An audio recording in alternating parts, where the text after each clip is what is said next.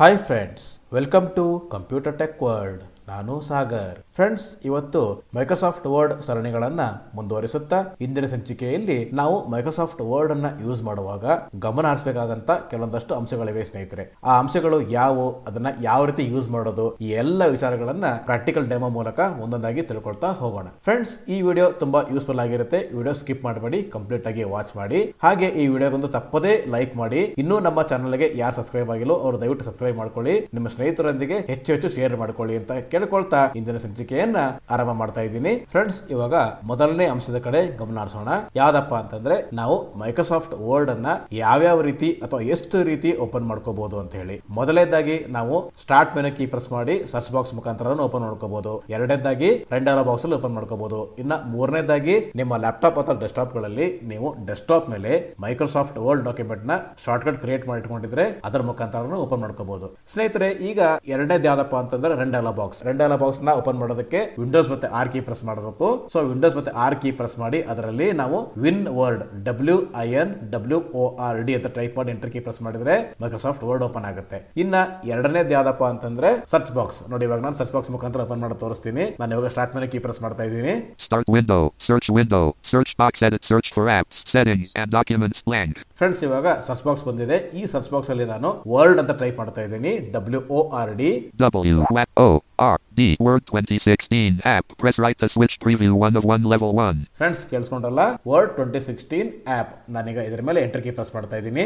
Document 1 Word Microsoft Word document edit multi-line page 1 section 1 blank. Friends, ಕೇಳಿಸ್ಕೊಂಡ್ರಲ್ಲ, ಈಗ Microsoft word open ಆಗಿದೆ. So ಇಲ್ಲಿ ಎರಡನೇ ಗಮನಿಸಬೇಕಾದ ಅಂಶ ಯಾವ್ದಪ್ಪ ಅಂತಂದ್ರೆ, ಮೈಕ್ರೋಸಾಫ್ಟ್ ವರ್ಡ್ ಓಪನ್ ಆದ ನಂತರ ಮೈಕ್ರೋಸಾಫ್ಟ್ ವರ್ಡ್ ಒಂದೇ ಅಲ್ಲ, ಯಾವುದೇ ಅಪ್ಲಿಕೇಶನ್ ಓಪನ್ ಆದ ನಂತರ ನಾವು ಟೈಟಲ್ ಚೆಕ್ ಮಾಡೋದನ್ನ ಕಂಪಲ್ಸರಿ ಮಾಡಲೇಬೇಕು. ಈ ಅಭ್ಯಾಸನ ದಯವಿಟ್ಟು ಎಲ್ಲರೂ ಮಾಡ್ಕೊಳ್ಳಿ. ಯಾಕೆ ಅಂತ ನಾನು ನಿಮಗೆ ಮುಂದೆ ಹೇಳ್ತೀನಿ. ನಾನು ಇವಾಗ ಟೈಟಲ್ ಚೆಕ್ ಮಾಡ್ತಾ ಇದ್ದೀನಿ. ಟೈಟಲ್ ಚೆಕ್ ಮಾಡೋದಕ್ಕೆ ನಾನೀಗ ಇನ್ಸರ್ಟ್ ಮತ್ತೆ ಟಿ ಪ್ರೆಸ್ ಮಾಡ್ತಾ ಇದ್ದೀನಿ. Document 1 Word. ಓಕೆ ಫ್ರೆಂಡ್ಸ್, ಇವಾಗ ನಮಗೆ ಕನ್ಫರ್ಮ್ ಆಯ್ತು ವರ್ಡ್ ನಿಜವಾಗ್ಲೂ ಓಪನ್ ಆಗಿದೆ ಅಂತ ಹೇಳಿ. ಸೊ ಈಗ ಎರಡನೇ ಗಮನಿಸಬೇಕಾದ ಅಂಶ ಯಾವ್ದಪ್ಪ ಅಂತಂದ್ರೆ, ನಾವು ಮೈಕ್ರೋಸಾಫ್ಟ್ ವರ್ಡ್ ಓಪನ್ ಆದ ನಂತರ ಏನ್ ಮಾಡಬೇಕು ಅಂತಂದ್ರೆ, ಫಾಂಟ್ ಸೈಜ್ ಅನ್ನ ಮೊದಲೇ ನಾವು ಜಾಸ್ತಿ ಮಾಡಿ ಇಟ್ಕೋಬೇಕಾಗತ್ತೆ. ಯಾಕೆ ಅಂತಂದ್ರೆ, ನಾವು ಏನಾದ್ರೂ ಬರೆಯುವಾಗ ತಪ್ಪಾದ್ರೆ ಕರೆಕ್ಷನ್ ಮಾಡುವಾಗ ನಮ್ ಜೊತೆಗೆ ಯಾರು ಸೈಟೆಡ್ಸ್ ಯಾರು ಇದ್ರೆ ನಾವು ಫಾಂಟ್ ಅನ್ನ ಕಡಿಮೆ ಇಟ್ಕೊಂಡು ಟೈಪ್ ಮಾಡಿದ್ರೆ ಅವರಿಗೆ ಕಾಣಿಸಲ್ಲ ಅಥವಾ ಗೊತ್ತಾಗಲ್ಲ.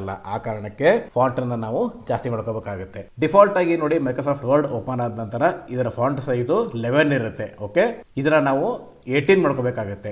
ಯಾವ ರೀತಿ ಮಾಡ್ಕೋಬೇಕು ಶಾರ್ಟ್ ಆಗಿ ತೋರಿಸ್ತೀನಿ. ಸೊ ಇವಾಗ ನಾನು ಕಂಟ್ರೋಲ್ ಶಿಫ್ಟ್ ಹಿಡ್ಕೊಂಡು ಫುಲ್ ಸ್ಟಾಪ್ ಕೀನ ಪ್ರೆಸ್ ಮಾಡ್ತಾ ಇದ್ದೀನಿ. 12 point font. ಫ್ರೆಂಡ್ಸ್, ಕೇಳ್ತಾ ಇದೆಯಲ್ಲ, 12 ಫಾಂಟ್. ಮತ್ತೆ ನಾನೀಗ control shift full stop key press ಮಾಡ್ತಾ ಇದ್ದೀನಿ. 14 point font, 16 point font, 18 point font. So friends, ಇವಾಗ 18 ಆಯ್ತು. ಸೊ ಇವಾಗ ಕಡಿಮೆ ಮಾಡ್ಕೋಬೇಕು ಅಂತಂದ್ರೆ ಅದೇ ರೀತಿ ಕಂಟ್ರೋಲ್ ಶಿಫ್ಟ್ ಮತ್ತೆ comma. So comma key press ಮಾಡಿದ್ರೆ ಕಮ್ಮಿ ಆಗುತ್ತೆ, ಫುಲ್ ಸ್ಟಾಪ್ ಕೀ ಪ್ರೆಸ್ ಮಾಡಿದ್ರೆ ಜಾಸ್ತಿ ಆಗುತ್ತೆ. ಸೊ ಫ್ರೆಂಡ್ಸ್, ಇವಾಗ ನಿಜವಾಗ್ಲೂ ಫಾಂಟ್ 18 ಸೈಜ್ ಆಗಿದೆ ಇಲ್ಲ ಅಂತ ಚೆಕ್ ಮಾಡೋಣ. ಇದಕ್ಕೂ ಒಂದು ಕೀ ಸ್ಟ್ರೋಕ್ಸ್ ಇದೆ. ಏನಪ್ಪಾ ಅಂತಂದ್ರೆ, ಇನ್ಸರ್ಟ್ ಮತ್ತೆ ಎಫ್ ಕೀ ಪ್ರೆಸ್ ಮಾಡಬೇಕು. ನಾನೀಗ ಇನ್ಸರ್ಟ್ ಮತ್ತೆ ಎಫ್ ಕೀ ಪ್ರೆಸ್ ಮಾಡ್ತಾ ಇದ್ದೀನಿ. Style normal calibri 18 pt automatic color on automatic color align left line spacing 1.1 lines.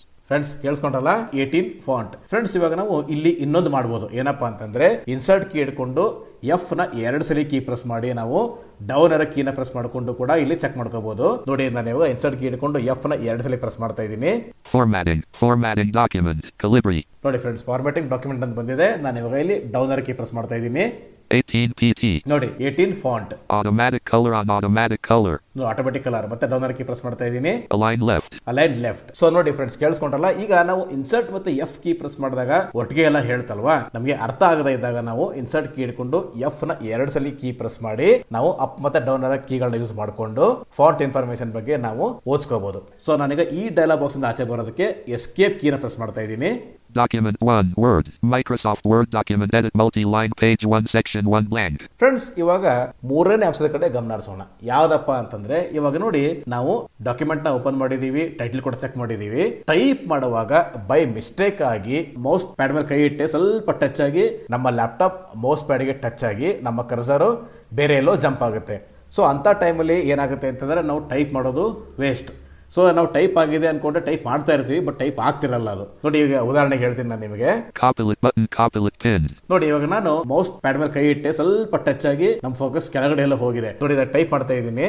HISPACE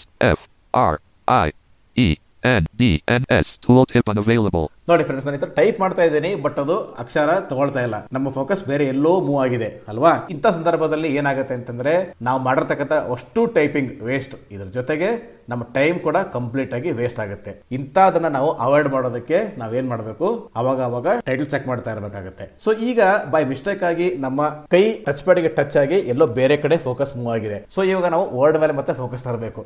ಅವಾಗ ಏನ್ ಮಾಡಬೇಕು ಅಂತ ತಿಳ್ಕೊಳ್ಳೋಣ. ನಾನು ಇವಾಗ ಆಲ್ಟ್ ಮತ್ತೆ ಟ್ಯಾಬ್ ಕೀ ಪ್ರೆಸ್ ಮಾಡ್ತಾ ಇದ್ದೀನಿ.